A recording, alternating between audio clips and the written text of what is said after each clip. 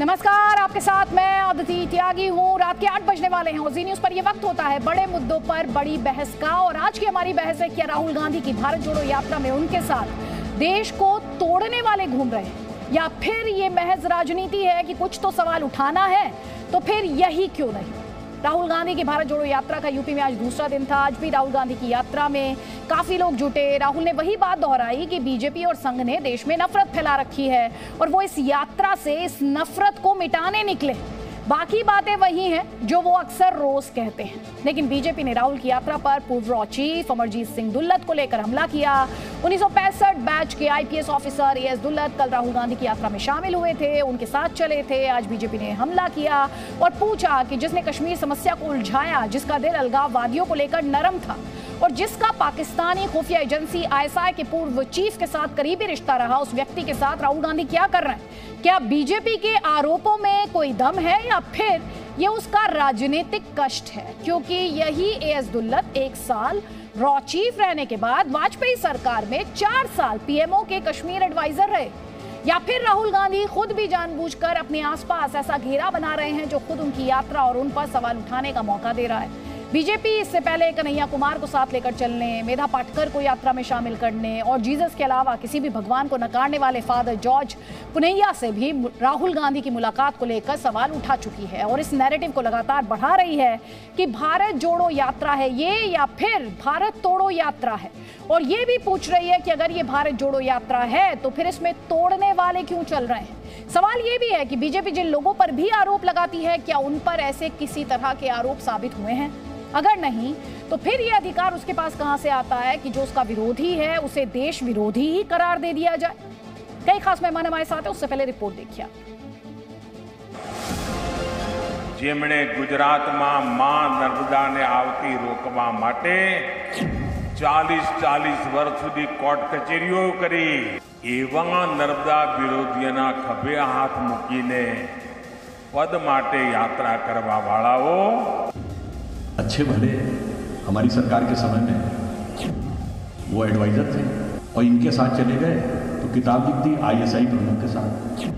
केरल में beef party वालों के साथ, तो तमिलनाडु में भारत माता को अपवित्र मानने वालों के साथ, तो मानवीय बात है, धर्म तो बढ़ेगा ही। भारत जोड़ो यात्रा की कोई प्रासंगिकता ही नहीं है आपके नजर में, तो आप इसकी चर्चा क्यों कर रहे हैं?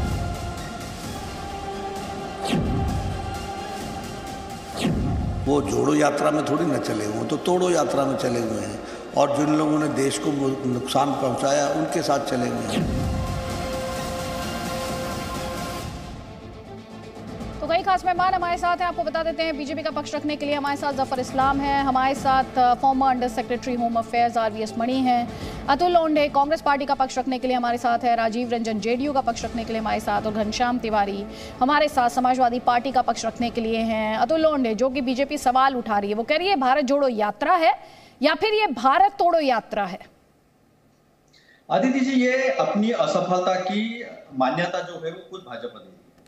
जो व्यक्ति 1988 से 90 तक भाजपा के साथ में था, जब वीपी सिंह की सरकार और भाजपा की साझा सरकार थी, जो व्यक्ति को 1999 में रॉ चीफ बनाया गया, जो व्यक्ति 2000 से 2004 साल तक कश्मीरी मामलों का उनका एडवाइजर था, उसी व्यक्ति को उन्होंने कहा कि इसने फियास्को किया था।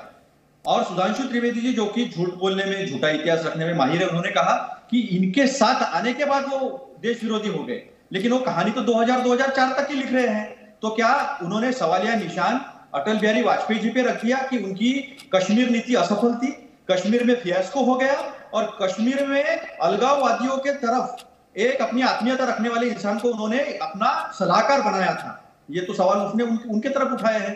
अब रही बात कन्हैया की, कन्हैया तो पार्टी में आए हैं और कन्हैया अगर देशद्रोही है, देश तोड़ने वाले है, तोड़ो तोड़ो गैंग है, तो फिर इस देश की पुलिस क्या कर रही है? इस देश की राष्ट्रवादी सरकार ऐसे तोड़ो लोगों को घूमने दे रही है बाहर, इस देश के न्यायालय घूमने दे रहे ऐसे लोगों को बाहर, और बीजेपी घूमने दे रही है।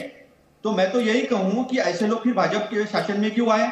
एक केस और मेरे पास है, रविंदर सिंह, जो मेजर लेवल पर थे, इंटेलिजेंस ऑफिसर थे, डिफेक्ट हो गए 2004 में, और इन्हीं के वक्त में काम कर रहे थे, इन्हीं वक्त डिफेक्ट हो गए, सीआईए के वो एजेंट के तौर पे यहाँ काम कर रहे थे। और सुनिए, और वो नहीं सर, पहला कमेंट मैं 1 ही मिनट का लेती हूँ, जवाब ले लीजिए आप, जफर इस्लाम से जवाब ले लीजिए। ये कह रहे हैं पहली बात, जब आप एस दुल्लत को लेकर सवाल पूछते हैं जफर इस्लाम। तो उंगली आपकी सरकार पर भी उठती है, वाजपेयी साहब के टाइम की जो आपकी सरकार थी।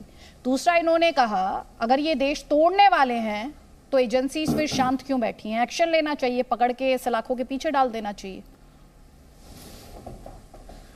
नहीं तो वो देख रहे हैं ना, जब अगर सलाखों के पीछे डालते हैं तो कहते हैं कि आप इन्हें सलाखों के पीछे क्यों डाला जा रहा है। हकीकत तो है कि देखिए, आज ऐसी मानसिकता के लोग जो देश तोड़ते हैं और उनके साथ जो खड़ा रहता है, उनको देश की जनता जरूर उनको सबक सिखाएगी। और राहुल गांधी जी पूरे रास्ते में ये कहते जा रहे हैं कि नॉन पॉलिटिकल है। पूरे कांग्रेस के प्रवक्ता से पूछिए, कहते नॉन पॉलिटिकल है और इस झंडे के एक भारत के झंडे के अंदर में ये यात्रा हो रही है। लेकिन हकीकत है कि पॉलिटिकल है और इसमें सब ऐसे लोगों के लिए है जो देश में ऐसे नारे लगाते हैं जो कहीं ना कहीं देश को तोड़ने को, देश को कमजोर करने वाले नारे होते हैं। ऐसे लोगों को साथ लेके आप कह रहे हैं कि देश को जोड़ना है। अरे आप कहते हैं कि पार्टी मेरी टूटी फूटी है, पार्टी तोड़ के जो है वो लोग पार्टी से तोड़ के निकल रहे हैं और मेरी पार्टी कमजोर हो गई है और इसको हम एक कमजोर मजबूत पार्टी करने के लिए, जोड़ने के लिए हम देश की यात्रा कर रहे हैं। तो लोग समझते भी कि थोड़ी सहानुभूति भी रहती कि चलो इस पार्टी में लोग उनको छोड़ के जा रहे हैं। हर जगह पे आप जिस स्टेट में जाइए सब इनको छोड़ के जा रहे हैं। ऐसे में अगर वो यात्रा पे निकले तो थोड़ी बहुत सहानुभूति भी होती है। देश तो एकजुट है, देश साथ खड़ा है। ठीक है साहब, देश में एक मिनट का वक्त मैं अभी एक हर पैनलिस्ट को दूंगी, उसके बाद मैं आपको वापस फ्लो देती हूँ। राजीव रंजन, एक इनिशियल कमेंट आपका जल्दी से। कौन भारत को जोड़ रहा है, कौन भारत को तोड़ रहा है, ये इस तरह की बातें क्यों हो रही हैं? देखिए, मुझे ऐसा लगता है कि अगर करण थापर के इंटरव्यू को एक बार देख लें, उन कारणों की पड़ताल बहुत आसान हो जाएगी जिनकी वजह से आज भारतीय जनता पार्टी का आईटी सेल इतना हमलावर है। दरअसल उस समय तत्कालीन प्रधानमंत्री अटल बिहारी वाजपेयी जी और आडवाणी जी के रिश्ते, उस समय पीएमओ में प्रिंसिपल सेक्रेटरी ब्रजेश मिश्रा और उनके 36 के रिश्ते जिस तरह से बताए गए आज के एनएसए के बारे में, अजीत डोभाल के बारे में, और जो पीडीपी के निर्माण में जो भूमिका उनकी कथित तौर पर है अजीत डोभाल जी की, इन तमाम तथ्यों पर काफी बेबाक राय उन्होंने रखी है। और इस बात को नकारा नहीं जा सकता है कि 2003 का जो बहुचर्चित युद्ध विराम है, उसको 2003 में जब वो रिन्यू किया गया, उस समय भी ये आरोप लगे थे कि जनरल बाजवा के साथ कहीं ना कहीं कुछ करीबी रिश्ते हैं इनके, अजीत डोभाल के। तो इन तमाम तथ्यों के सामने आने के बाद अब ये मॉन्यूमेंटल रोल और तमाम चीजें जो भी कही जा रही हैं, लेकिन मुझे लगता है यात्रा को लेकर किसी न किसी तरीके का भ्रम पैदा करके राष्ट्रवाद और राष्ट्र विरोधी होने का जो ये सर्टिफिकेट बांटने का राजीव जी, मैं वापस आपको फ्लोर दूंगी सर। आरवीएस मणि, अभी आपने सुना आरोप लगा दिया अजीत डोभाल साहब पर। ये आरोपों प्रत्यारोपों के बीच हकीकत क्या है? हकीकत ये है कि अभी जितने भी, देखो, भारत जोड़ो यात्रा किसके एंकर से चल रही है, सब कुछ तो हमारे सामने है। इसमें ऐसे ही लोग क्यों जुड़ते हैं जैसे मेधा फटकर, ये सबके साथ साझा है कि भाई इसने जो नर्मदा को साक्षात करने के लिए जितना बाधा हो सकती है वो पैदा किया था। ये सरकारी रिपोर्ट्स में है। अब रघुरामन रमन जी को, ठीक है, वाजपेयी जी ने उनको, नरेंद्र मोदी जी ने उनको एक्सटेंशन दिया, परंतु ये इसमें कोई सच्चाई से मूड नहीं रहना चाहिए। उन्होंने भी इकोनॉमी के लिए काफी कुछ बाधा ही पहुंचाई। उस टाइम पे कोई जीडीपी ग्रोथ रेट इतनी नहीं बढ़ पा रही थी। ऐसे ही ये जो अपने दुल्लत साहब है, दुल्लत साहब का तो बड़ा है, और ऊपर से दुल्लत साहब का इतनी खुफिया एजेंसी का हेड होते हुए कितने लोग किसी पाकिस्तानी खुफिया एजेंसी के साझेदारी में ग्रंथ लिखते हैं, पहली बात ये। और दुल्लत साहब की भूमिका हमेशा संदेह के घेरे में रही है, इसमें कोई दो राय नहीं है।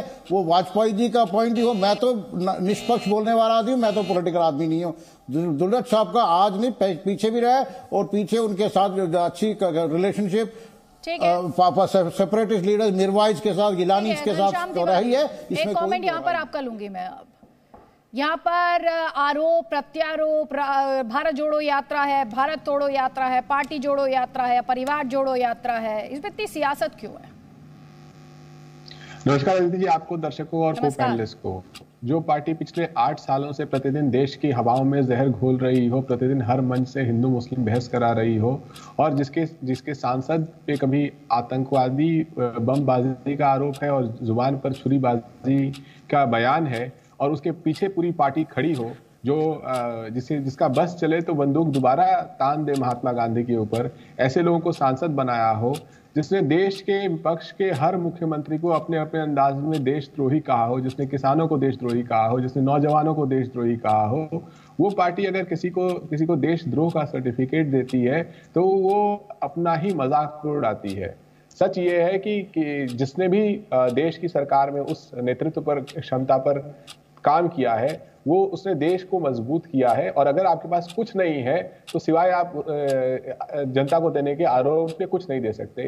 भारत तोड़ो भारतीय जनता पार्टी का महाअभियान है और इसे विफल करना 2024 का हर किसी का दायित्व है। ठीक है, हमारे साथ ललित अंबारदार हैं, कश्मीरी एक्टिविस्ट रहे हैं। ललित अंबारदार, आप यहाँ पर सुन रहे हैं आरोप हैं, प्रत्यारोप हैं, लेकिन बड़ी बात यह है जो ज्यादातर पैनलिस्ट कह रहे हैं वो ये कि एएस दुल्लत से प्रॉब्लम है, उन पर जो आरोप हैं, क्यों नहीं उन पर एक्शन लिया गया, या सिर्फ आरोपों के इर्द गिर्द बात होती रहेगी? देखिए, दुर्भाग्य से हमारे भारत के अंदर अंतरिक्ष सुरक्षा के बारे में कोई कॉन्सेप्ट नहीं, और भारत के संदर्भ में तो ये इंपॉर्टेंट है कि एक्सटर्नल और इंटरनल सिक्योरिटी में कोई फर्क नहीं है, एक है।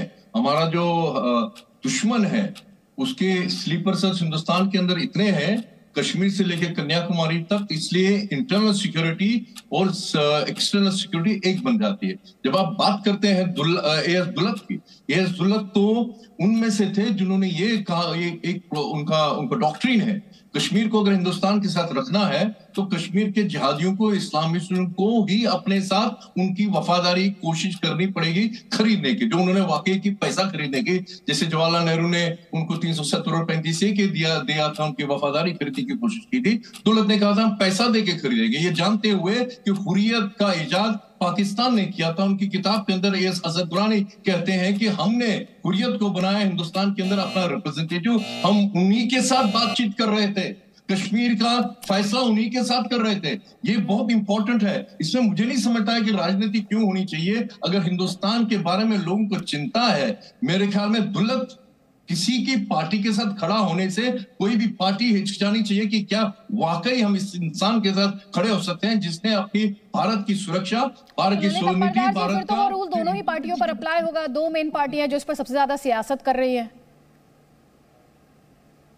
पॉलिटिक्स नहीं होनी चाहिए, मैं ये कह रहा हूं। अगर आपको समझ आए कि कश्मीर जो है हिंदुस्तान का अभिन्न अंग है, तो क्या हम लोग रैशनल होकर सोच नहीं सकते जो वो खुद कहते हैं? बीजेपी नहीं बोलती, कांग्रेस नहीं बोलती, जो खुद बोलते हैं। असद दुरानी के साथ उन्होंने ज्वाइंट डिक्लेरेशन की जिसमें असद दुरानी कहता हुर्रियत को हमने बनाया। आपके द्वारा देश को बताना चाहता हूं, पैनलिस्ट को बताना चाहता हूं, इतनी पेनिट्रेशन है हिंदुस्तान के अंदर इंटरनल सिक्योरिटी में। हुर्रियत का ऑफिस दिल्ली के अंदर मालवीय नगर में जिसने इनॉग्रेट किया था ना, वो कुछ बरस के बाद भारत का प्रधानमंत्री बना। ये दोबारा बता रहा हूं, हुर्रियत का ऑफिस दिल्ली के अंदर उस शख्स ने इनॉग्रेट किया जो भारत का प्रधानमंत्री बना। और ऐसे सलाहकार रहेंगे या दुल्लत जैसे, तो आप समझ सकते हैं कि कश्मीर के अंदर कितना बड़ा कंप्रोमाइज होने वाला था। तो मैं वाजपेयी जी को भी दोष देता हूं, उन्होंने सबसे बड़ा कंप्रोमाइज किया जब उन्होंने बोला हम अपने नेबर को नहीं बदल सकते। और ये भी डॉक्ट्रिन दुल्लत का है। You can't wish away Pakistan because Pakistan is your neighbor. अगर ऐसे सलाहकार रहेंगे, मैं समझता हूं कि हिंदुस्तान की सुरक्षा के ऊपर खतरा है और इसके लिए बाय पार्टीजन ओपिनियन होनी चाहिए।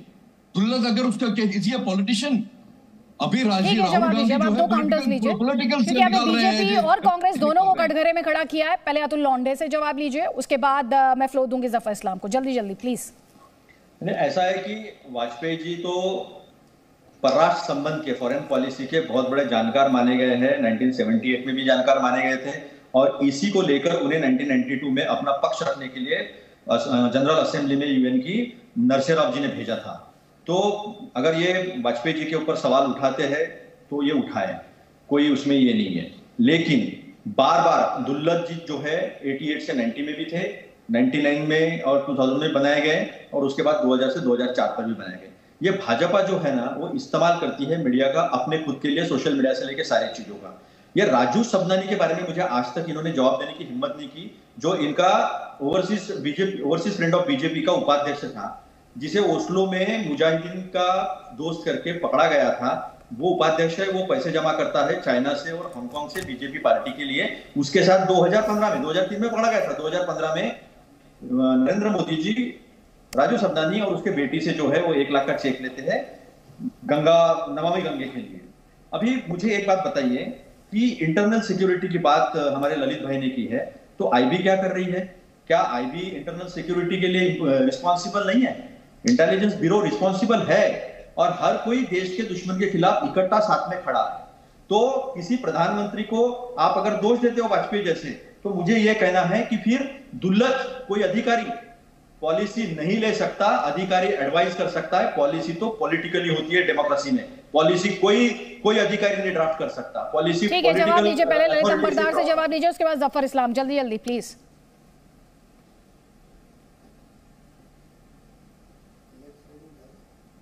ललित अंबरदार जी आवाज आ रही है?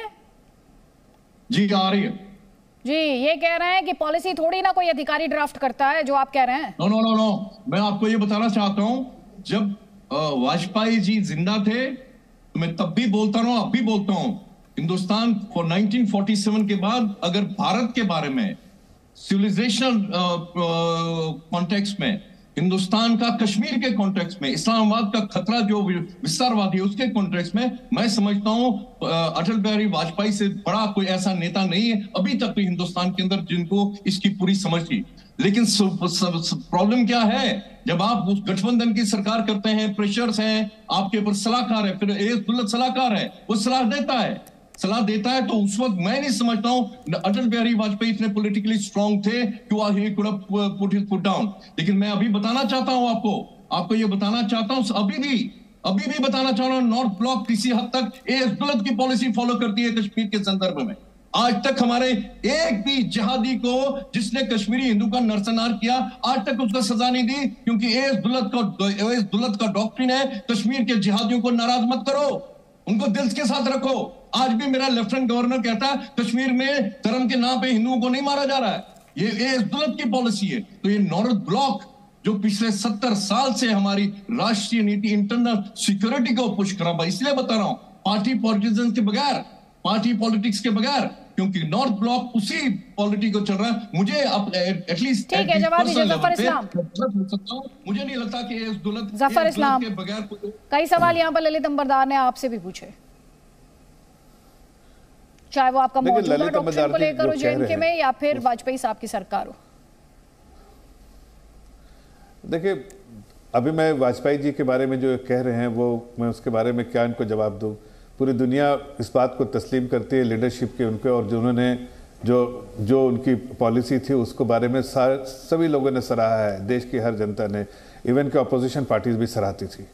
आज जो लीडरशिप है, हमारी लीडरशिप, वो जिस तरह से पूरे दुनिया में और देश में जो मजबूत करने का काम करे, चाहे वो कश्मीर में टेररिज्म से लड़ना हो, चाहे नॉर्थ ईस्ट में टेररिज्म से लड़ना हो, पूरे देश को मजबूत बनाना हो, बॉर्डर को सिक्योरिटी करना है, ये सारी चीज़ें जो है अब इस सरकार में हो रही है। और इस सरकार के बारे में अगर कोई कहता है कि नॉर्थ ब्लॉक में ऐसा होता है और वैसा होता है, तो मुझे लगता है कि शायद उनकी कुछ अपनी ज़ाती तकलीफ हो सकती है, लेकिन वो सरकार के पूरे प्रिंसिपल और उनके अप्रोच को नहीं समझ पाया है। इसलिए वरना आज जिस तरह से टेररिज्म खत्म हो रहा है और टेररिज्म खत्म करने के लिए हर तरह के उपाय किए गए हैं और उपाय किए जा रहे हैं, उसको इस तरह से हल्के में लेना सही नहीं है। मैं ऐसा ठीक है, आपको 2 काउंटर मिल रहे हैं, पहले ललित अंबरदार का, उसके बाद अतुल लोंढे जी का। जल्दी देखिए, अतुल लोंढे जी जानते हैं अच्छे से कि ये वही पार्टी के प्रवक्ता हैं जिसमें आप पता है कि उनके पार्टी के लीडर्स के ने जो स्टेटमेंट दिए वो भी देश के बाहर जो है दूसरी सरकार के प्रधानमंत्री जो है इस्तेमाल करते हैं। अरे लोगों को डिसाइड, आप बताइए, आप जैसे किसी ने मेधा पाटकर है, ऐसे कन्हैया कुमार है, इस तरह के लोग जो है साथ में, और फारूक अब्दुल्ला है, और जिस तरह के लोगों को लेके जा रहे हैं, अरे अतुल भाई, ऐसा है कि आप बोलिए ना कि आपकी पार्टी टूटने वाली, टूटी हुई पार्टी है, उसको जोड़ने के लिए चल रहे हैं, तो समझ में आता है। देश में बोला नहीं ना, डरते क्यों? आपके बीच में बोला देश कहाँ? फिर आप रखिए ना अपनी बात। अरे भाई, आपको मैंने तो बोला नहीं, देश आगे। आप सवाल पूछ रहे हैं, अरे मेरा जवाब दीजिए, मुझे सवाल पूछे इसलिए मैं बात कर रहा हूँ। डरो मत भाई। मनोज सिन्हा जी इनके लेफ्टिनेंट गवर्नर, मुझे बोला जवाब देने के लिए, तो मुझे तो जवाब देने दीजिए। अरे मुझे बोला मेरे समय में आप आ रहे हैं पहले। नहीं आदित्य जी, आप किसको जवाब चाहते हैं बताइए? एक सेकंड, अतुल लौंडे जी 30 सेकंड में अपनी बात पूरी कर लीजिए, उसके बाद ललित अंबरदार और फिर जफर इस्लाम। जल्दी जफर भाई 2 काउंटर ले लीजिए, फिर जवाब दीजिएगा, ठीक है? अतुल लौंडे जी 30 सेकंड से सर 30 सेकंड में बात पूरी कर लीजिएगा। कश्मीरी हिंदुओं का, पंडितों का नरसंहार इनकी सरकार, साझा सरकार थी वीपी सिंह के साथ तब हुआ। राजीव गांधी जी ने जब घेराव किया तब इन्होंने मिलिट्री उतारी। आज भी कश्मीरी पंडितों का नरसंहार हो रहा है, यही लोग सत्ता में वहां पर भी है और यहां पर भी है। अभी मनोज सिन्हा क्या कहते हैं, उन्होंने थोड़ी अकेले ने जान ली, सबने जान ली है। ये इंडियन एक्सप्रेस का इनका 2 दिन पहले का इंटरव्यू मनोज सिन्हा जी का है, ये मेरा नहीं है। अब इन्होंने इंटरनल सिक्योरिटी की बात की। अंबरदार जी, मैं दूसरे छोर पे लेकर जाता हूं, नॉर्थ ईस्ट में जहां नागा पैक्ट हुआ है, जो बता नहीं रहे हैं, ऐसा कहा जा रहा है, उसकी सफाई दे जफर इस्लाम जी कि उन्हें अलग कॉन्स्टिट्यूशन मान लिया गया है, अलग झंडा मान लिया गया है, उसका अकॉर्ड लोगों के सामने रखा नहीं जा रहा है। कहा जा रहा है सर? नरेंद्र मोदी जी ने क्या, इंटरनल सिक्योरिटी की बात है अदिति जी, ये मैं अपने इससे नहीं रख रहा हूं, तो नागा अकॉर्ड जो है वो भी जनता के सामने रखे। ऐसा मैं जफर इस्लाम जी से विनती करता हूं कि रखिए। क्या किया आपने नागाओं के साथ, एनएससीएन के साथ क्या ठीक है? अब आप काउंटर लीजिएगा, पहले ललित अंबरदार को अपनी बात पूरी करने दीजिए, उसके बाद जफर इस्लाम आप जवाब देंगे। मैं सब पैनलिस्ट को बताना चाहता हूं कि मैं पार्टी पॉलिटिक्स के बारे में अपनी ओपिनियन नहीं देता हूं, और ये मेरा जाती मामला नहीं है। मैं राष्ट्र की बात कर रहा हूं, जितनी मुझे समझ है मैं आपके साथ को साझा करना चाहता हूं। वाजपेयी जी ने जो आगरा का समिट करने वाले थे, भगवान न करे अगर वो सक्सेसफुल होता, तो आप जानती है आप क्या करने वाले थे, ये आपको सबको समझ आनी चाहिए। उसके बाद मनमोहन सिंह ने जो कसर छोड़ी थी, जो वहां कसर बच की थी, मनमोहन सिंह आगे ले गए। उन्होंने शर्म एल शेख में क्या की, ये मुंबई मैसेकर के बाद 1 महीने के बाद, 2 महीने के बाद मनमोहन सिंह कहते हैं पाकिस्तान को एक चिट सर्टिफिकेट दे दिया, these are men of peace. मैं समझता हूं पाकिस्तान के संदर्भ में, मैं इंटरनल सिक्योरिटी की जब बात करता हूं, पाकिस्तान के संदर्भ में हमारा सबसे बड़ा दुश्मन है, इसका आपको मानना पड़ेगा। नॉर्थ ईस्ट में क्या हो रहा है, जिस दिन जो आप स्पेकुलेशन करते हैं इन्होंने कॉन्स्टिट्यूशन नागा को दिए, कि आपको कैसे मालूम? नागा लोग तो क्लेम नहीं कर रहे हैं, किसी नागा ग्रुप ने इसको क्लेम नहीं किया है। जब तक ये जिस दिन ऐसा होगा, मैं आपके साथ खड़ा रहूंगा। मुझे मालूम है नरेंद्र मोदी की मेरे देश को आगे 1000 साल तक जरूरत है, मैं उनके अगेंस्ट बोलूंगा। दूसरी बात, कश्मीर के संदर्भ में आपको दोबारा याद दिलाना चाहता हूं, आप जो बार एक्सपेरिमेंटेशन करने की कोशिश कर रहे हैं, मैं मिस्टर बीजेपी के प्रवक्ता को बताना चाहता हूं, मेरी ओपिनियन सिर्फ कश्मीर के संदर्भ में है। नॉर्थ ब्लॉक की हमारा सिक्योरिटी ग्रिड बहुत पुख्ता है, लेकिन उसके बावजूद आज की तारीख में दुनिया की कोई ताकत, भारत की तो छोड़ो, ये नहीं रूल आउट कर सकती कि दोबारा पुलवामा नहीं होगा। आपका रजौरी के अंदर जम्मू के अंदर है, बहुत लोग भारत में मालूम नहीं है, रजौरी कश्मीर नहीं है, 300 किलोमीटर दूर है रजौरी, हिंदू रहते हैं वहां पे। ठीक है, जवाब ले लीजिए, देके उनको कत्ल किया, और कुछ दिन पहले उन्हें रजौरी के कैंटोनमेंट में भी हमला किया था। तो वो अपने आप समझते हैं कि ये लॉ एंड ऑर्डर प्रॉब्लम है, नहीं है। आपको आज की तारीख में समझना पड़ेगा, ये जिहाद है, गजवा हिंद की लड़ाई है। कश्मीर उनका हैंगी फ्रूट दिखता है, उनकी नजर दिल्ली के लाल किले में है। आप ये मत सोचें कि तिरंगा खड़ा करके आप उनकी वफादारी जीत सकते हैं। लेफ्टिनेंट फयाज हिंदुस्तानी है, राइफलमैन औरंगजेब हिंदुस्तानी है, लेकिन जिनका दिल जीतने की आप कोशिश कर रहे हो, जो पिछले 70 साल से जवाहरलाल नेहरू से लेके आप तक रहे हो। आप देखते हैं शेख अब्दुल्ला, जिसको जवाहरलाल नेहरू ने 370 दिया था, उसको 10 साल जेल में रखा था देशद्रोह के नाम से। ठीक है साहब, अभी प्लीज वफादारी ठीक है, आज के डिबेट पर वापस आते, जवाब दीजिए जफर इस्लाम। चीन के द्वारा 370 लूंगा, अब कहता नहीं जो हमारे हिंदुस्तान सैनिक जो है वो बलवान है। किस विश्वास कर रहे हैं आप? देखिए, भावुक होके कोई डिबेट नहीं करना चाहता हूँ, भावुक होके मैं भी जवाब दे सकता हूँ, लेकिन मैं इतना कह सकता हूँ कि ये सरकार, हमारी सरकार, अगर कोई एक सरकार है जो वाकई कश्मीर के मसले को सुलझाना चाहती है, कश्मीरी भाई बहन, चाहे वो पंडित भाई बहन हो, उनकी चिंता करने वाली अगर कोई सरकार है तो वो भारत की आज की सरकार है। बाकी लोगों ने तो वहाँ पर सिर्फ जो है अपने फायदे के लिए काम किया। आज देखिए हुक्का पानी बंद करने वाली कौन सरकार है? हुर्रियत के हुक्का पानी बंद करने वाली हमारी सरकार है। पहले का आप जरा सा मैं आपको 2-3 मिसाल देता हूं और आज देखिए वो मिसाल आपके सामने है क्या। आप जरा देखिए वहां से जब भी अगर पाकिस्तानी एम्बेसी से कोई इन्विटेशन आता था तो हुर्रियत के सारे लोग उछलते कूदते कश्मीर से पहुंच जाते थे, पाकिस्तानी एम्बेसी में अटेंड कर लेते थे। आज किसी की हिम्मत है अटेंड कर पाएगा? कोई इन्विटेशन जा सकता है। उससे समझ में आता है कि आज की सरकार उस पूरे टेररिज्म को समझ के और उसको खात्मा करने की तैयारी में हर तरह से जुटी है और खत्म हो रहा है। अगर एक दिन में आप चाहते हैं कि कोई मैजिक वैंड तो नहीं कि एक दिन में खत्म हो जाएगा, लेकिन चाहे पाकिस्तान हो, चाहे कश्मीर में ऐसी स्लीपर सेल हो, चाहे उसी मानसिकता के लोग हों जो देश को तोड़ने वाली मानसिकता के लोग, उनके साथ सख्ती से इंटेलिजेंस का इस्तेमाल करके सख्ती से निपटा जा रहा है।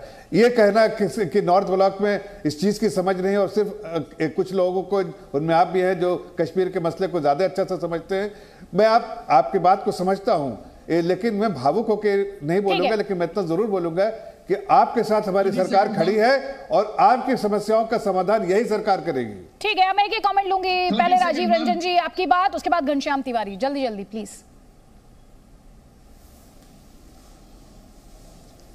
देखिए, सबसे पहले जफर इस्लाम साहब जो भी बोल रहे हो जी, लेकिन कश्मीर के हालात अच्छे नहीं है और ये सच है। ये कश्मीर का जो दर्द है वो ललित अंबरदार जी की बातों से समझने की जरूरत है। हम सब सियासत करते हैं, लेकिन आम लोगों की कठिनाइयां किस कदर बढ़ी है और कश्मीर की सियासत को जो वहाँ के लोग समझ सकते हैं उस हद तक पैनी नज़र हमारी और आपकी नहीं हो सकती है। हम फायदे और नुकसान की दृष्टि से देखते हैं।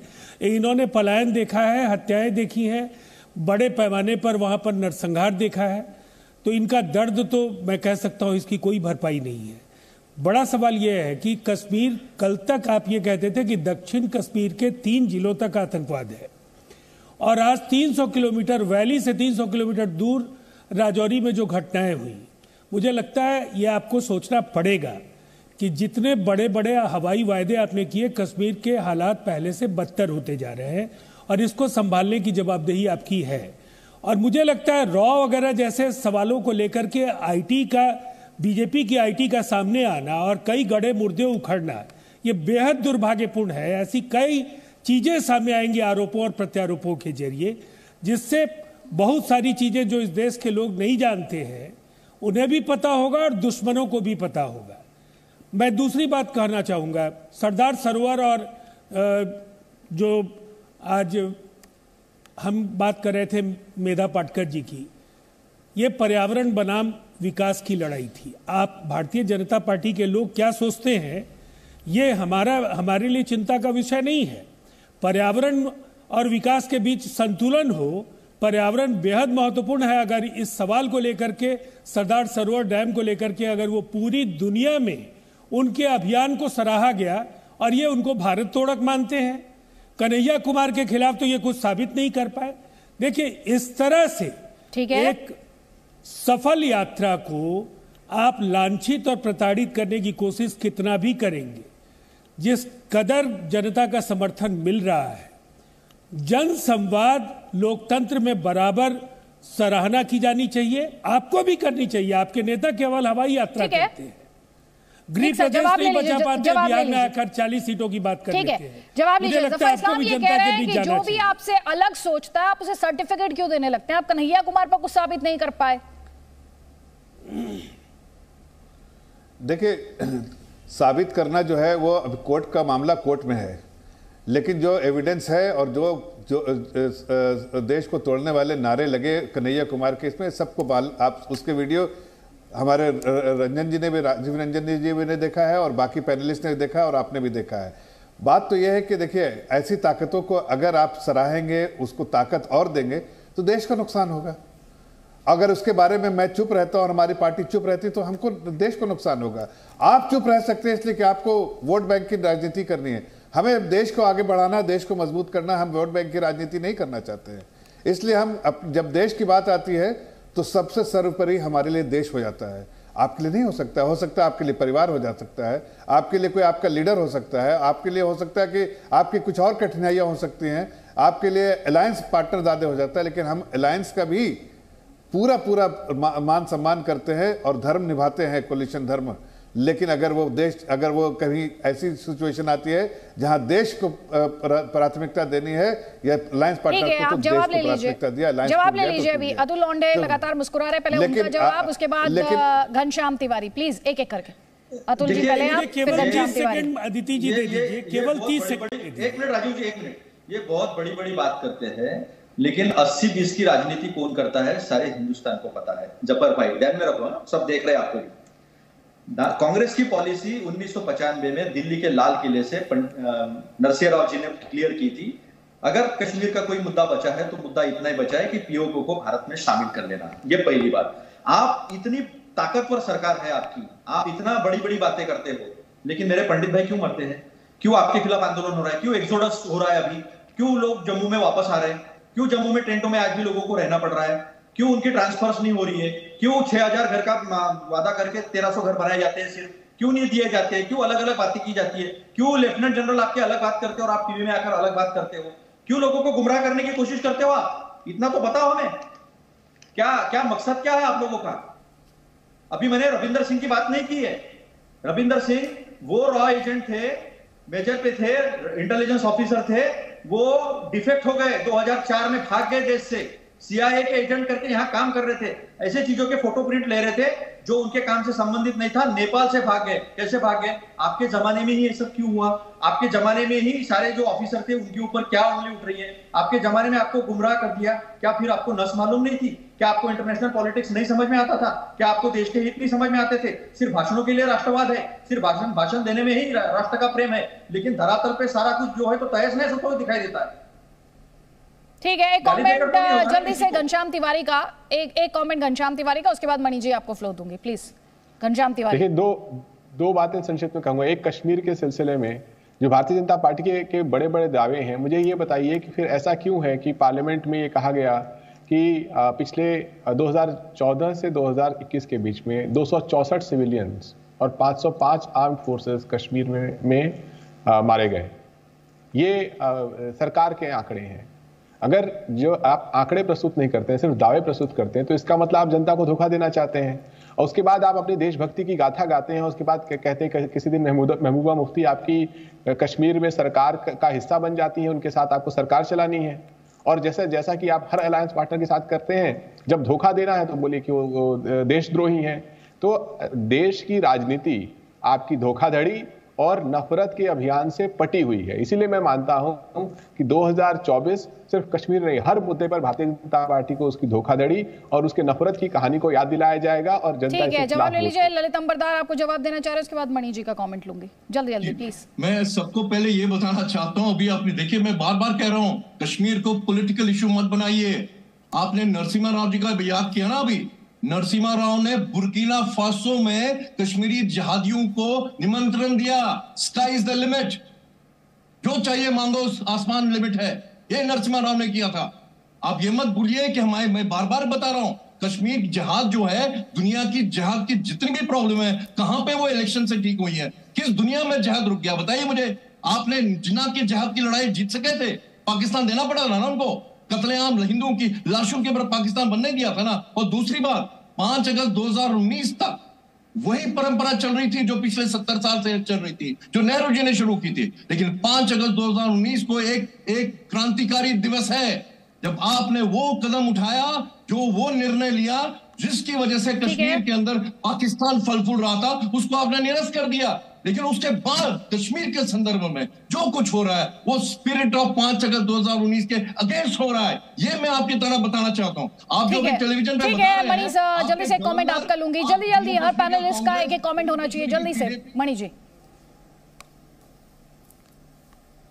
देखिए, आरोप प्रत्यारोप तो इतने देर से चली रही है, मैं चाहता हूं कुछ तत्वों पे नजर डाली जाए जी। एक पूर्व वक्ता ने कहा था कश्मीरी तरीके से काफी कुछ काम आगे बढ़ा है, परंतु जमीनी स्तर पे आज भी रजौरी में किस्से होते आ रहे हैं, इसमें कोई दो राय नहीं है। हमें इस बात का अवगत होना जरूरी है और सेंसिटाइज होना जरूरी है। मनोज सिन्हा जी के अंडर 2 दिन पहले वो कहते हैं कि टेररिस्ट किसको मारते हैं और यहाँ आधार कार्ड पूछ के हिंदुओं को मारा जाता है। ये एक बहुत बड़ी दूसरी बात, किसी पूर्व वक्ता ने कहा था क्लाइमेट एंड डेवलपमेंट। मैं एक चीज उनको समझना चाहता हूं कि मेधा पटकर के हटने के बाद साबरमती का जो नर्मदा का पानी अब कच्छ तक पहुंच गई है, इसमें क्लाइमेटिक या पर्यावरण पे कितना प्रभाव पड़ा आज तक वो अगर अवगत करा दे तो ज्यादा अच्छा होगा, क्योंकि अभी तक ज्यादा उनके खुशहाली बढ़ी है, लोगों की कोई पर्यावरण का प्रभाव पता नहीं चला।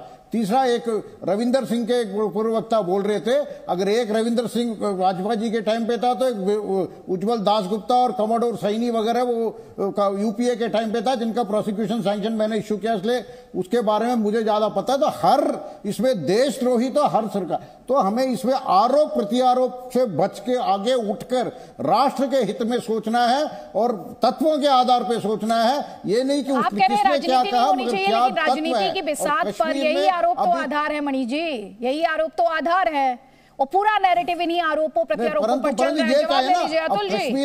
अतुल जी ये कह रहे हैं किसी भी पार्टी की सरकार अछूती नहीं रही। नहीं, मैं आदित्य जी जब से यही बात समझाने की कोशिश कर रहा हूं कि सभी पार्टियां राष्ट्र प्रेमी रही है, बलिदान दिए है, शहादगी ली है। ये जो बार बार 370 को लेके जवाहरलाल नेहरू जी को कटघरे में खड़े करने की कोशिश करते हैं। ललित अंबरदास जी, मैं आपको विनती करूंगा थोड़ा पढ़ लीजिए। जवाहरलाल नेहरू जी 2 महीना अमेरिका के दौरे पे थे, उस वक्त सारी चर्चाएं जो है वो सरदार वल्लभ भाई पटेल जी ने की थी 370 और 35 को लेकर। और अगर आपको सरदार वल्लभ भाई पटेल गलत लग रहे, ये तथ्यों पे बात कर रहा हूँ ललित जी, मुझे झूठ बोलने की आदत नहीं है। नहीं, और तथ्यों को पढ़ता लीजिए आप, तथ्यों को पढ़ता लीजिए, तथ्यों को पढ़ता लीजिए। और एक सेकंड सर, मैं जफर भाई को फ्लो दूंगी, प्लीज सर, प्लीज वेट कीजिएगा अपनी बारी का, प्लीज। उसके बाद मैं आपको बता रहा हूं, ये तथ्य जो है ये ऑन रिकॉर्ड है। मनी जी भी यहां बैठे हैं, नहीं तो ये रिकॉर्ड जो है आर्काइव में जाके आप देख लीजिए, ये झूठ नहीं हो सकता है। 14 महीने तक युद्ध चलता रहा, कोई बताया नहीं। और श्यामा प्रसाद मुखर्जी के बारे में एक झूठ बताया जाता है कश्मीर को लेकर। उन्होंने लियाकत अली नेहरू पैक्ट पे रिजाइन किया था, कश्मीर के मुद्दे पे नहीं किया था। वो वहां बैठे थे, 20 दिसंबर को निर्णय हुआ था और 1 जनवरी को जो है वो लेटर गया था यूएन में। तो ये जो झूठ फैलाना वो बंद कर दीजिए। मुद्दे पे हम सब साथ में हैं और राष्ट्र प्रथम है, और उसके लिए जो बलिदान देना होगा, ठीक है, जवाब लीजिए, बीजेपी से जवाब लीजिए, उसके बाद बीजेपी से जवाब लीजिए। देखिए बात छोटी सी है कि राहुल गांधी जी ये देश को किस देश के बारे में बात करते हैं? ये देश तो एकजुट है, एक साथ है, एक साथ खड़ा है, तो किस देश को जोड़ने की बात करते हैं? ये बड़ा सवाल है आज देश की जनता के पास, और इसका कोई जवाब नहीं है कांग्रेस पार्टी को, इसलिए कि वो उस ताकतों के साथ चल रहे हैं जो वाकई देश को कहीं ना कहीं ठेस पहुंचाना चाहता है, देश को तोड़ना चाहता है। तो इसको भारत जोड़ो यात्रा कैसे कह सकते हैं? भारत तोड़ो ही यात्रा कहा जा सकता है, इसलिए कि सिर्फ आप ऐसी ताकतों के साथ चल रहे हैं जो कि जनता के खिलाफ, अंदर भीतर जाके, समाज के भीतर जाके समाज को 2 पार्ट फाड़ना चाहते हैं। ऐसी ताकतों के साथ आप चल रहे हैं। अब मेधा पाटकर हो या चाहे आप फारूक अब्दुल्ला हो, चाहे आप और भी लोग जो है, सबका आप बैकग्राउंड दिखाइए तो आप यही दिखेगा कि ये समाज के भीतर रह के समाज को कहीं ना कहीं तोड़ना चाहते हैं। भाई जोड़ने वाले को साथ ले चलिए ना। आपके साथ तो आपके साथ समाजवादी पार्टी के बैठे हुए हैं, पीछे क्यों नहीं आए? यूपी में क्यों नहीं साथ आए? नहीं, सुनिए, जवाब दे रहे हैं आपको, जवाब ले लीजिए जफर भाई, जवाब ले लीजिए, जफर इस्लाम जवाब ले लीजिए। अतुल जी जवाब आपका।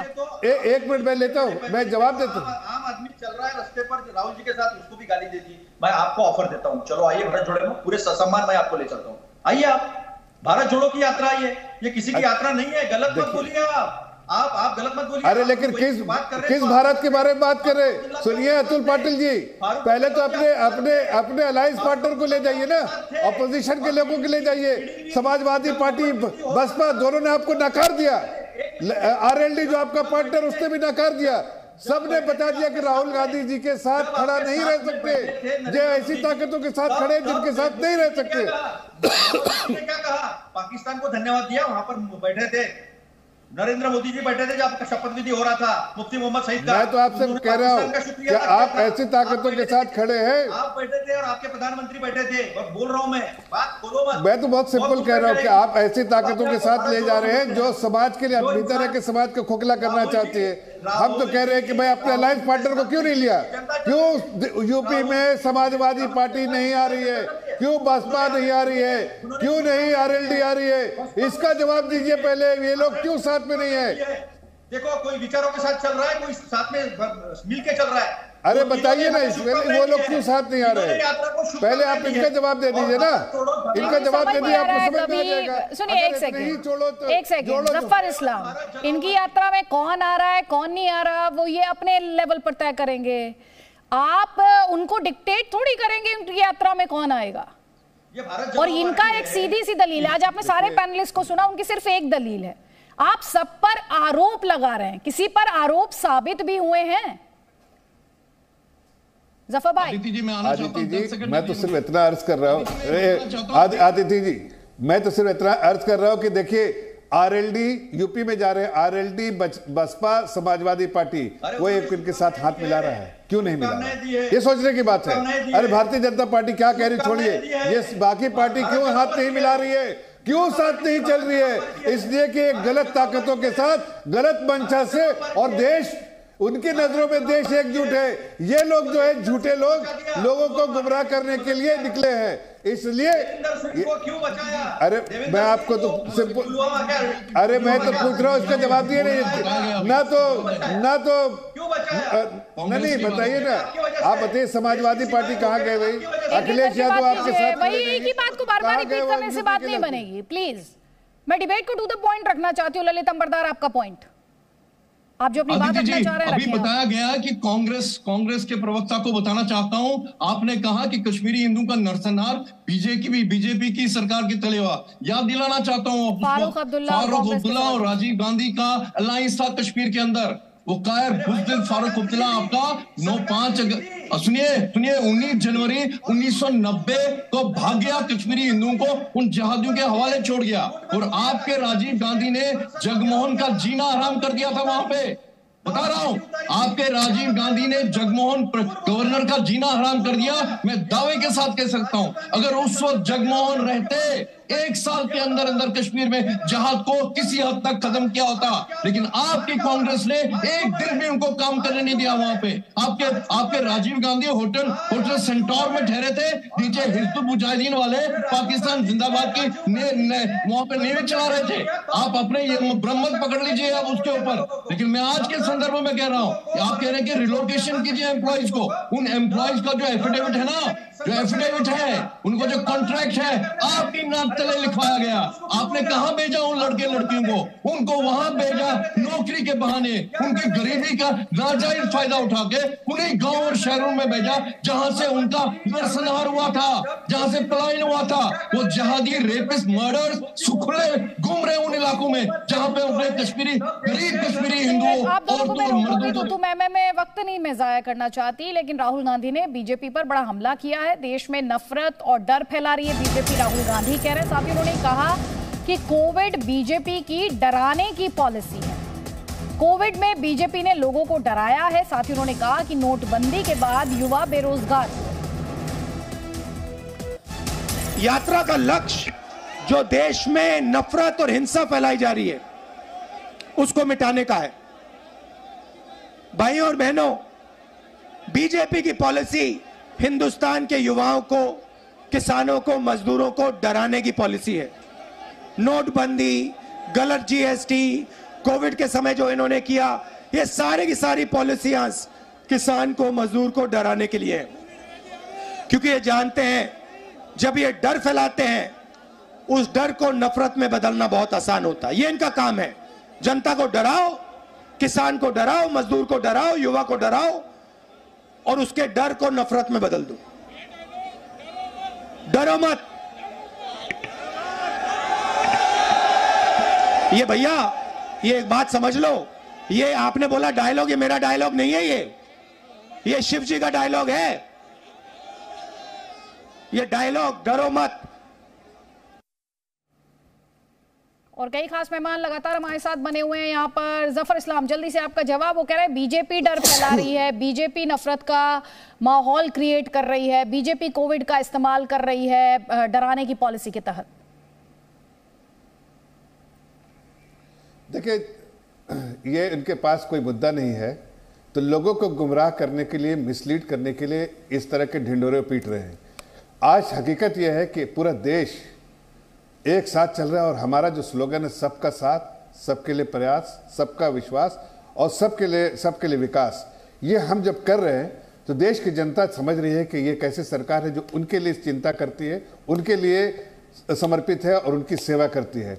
ऐसे में इनको साफ लगता है कि इनकी पार्टी से लोग भाग रहे हैं, छोड़ रहे हैं, इनको वहाँ पार्टी तोड़ने वाली ताकतें इनके अंदर में है, इसलिए छोड़ के भाग रहे हैं। तो इसलिए चाहते हैं कि किसी न किसी तरह बीजेपी को बदनाम करो। भाई उनको बोल रहे भैया ये फलाना और ढमकाना, लेकिन हकीकत यही है कि हकीकत है कि आज देश की जनता समझ चुकी है, इसलिए बार बार इलेक्शन में वो जाते हैं और हार जाते हैं। और अब तो देखिए, जब जो कैप्टन ही भाग जाए इलेक्शन से, उसको के बारे में क्या कहना। अब इलेक्शन से भाग के पद यात्रा कर रहे हैं, जहां इलेक्शन है वहां जाके करें। और यूपी में जिस जगह इनको रौंद के हरा दिया, वहां की जनता ने हटा दिया, वहां भी नहीं जा रहे हैं इस पद यात्रा में। आपने देखिए, ये जो भारत तोड़ो यात्रा में वहां भी नहीं जा रहे हैं। भाई सबसे पहले तो आदमी घर में जाता है ना, जहां से बेदखल किए गए, पहले उसमें तो माफी मांगो। क्या इतनी जितनी नाकामियां है उसकी। ठीक है, जल्दी से एक जवाब आप ले लीजिए राजीव रंजन से, उसके बाद घनश्याम तिवारी। देखिए आदित्य जी, एक बात बिल्कुल साफ है, जफर इस्लाम के पास तो खैर कुछ रटे रटाए तथ्य हैं, उसको ही बार बार वो डालते रहेंगे। लेकिन ये पूरा प्रकरण एस दुलत का जो सामने आया है, ये शासन के दो मॉडल हैं। एक नरेंद्र मोदी जी का मॉडल है, एक वाजपेयी जी का मॉडल है। अब ये श्रेष्ठता के लिए सर्वकालीन सर्वश्रेष्ठ नरेंद्र मोदी हैं, ये साबित करने के लिए अटल जी के दौर को भी कलंकित करना बेहद आवश्यक था।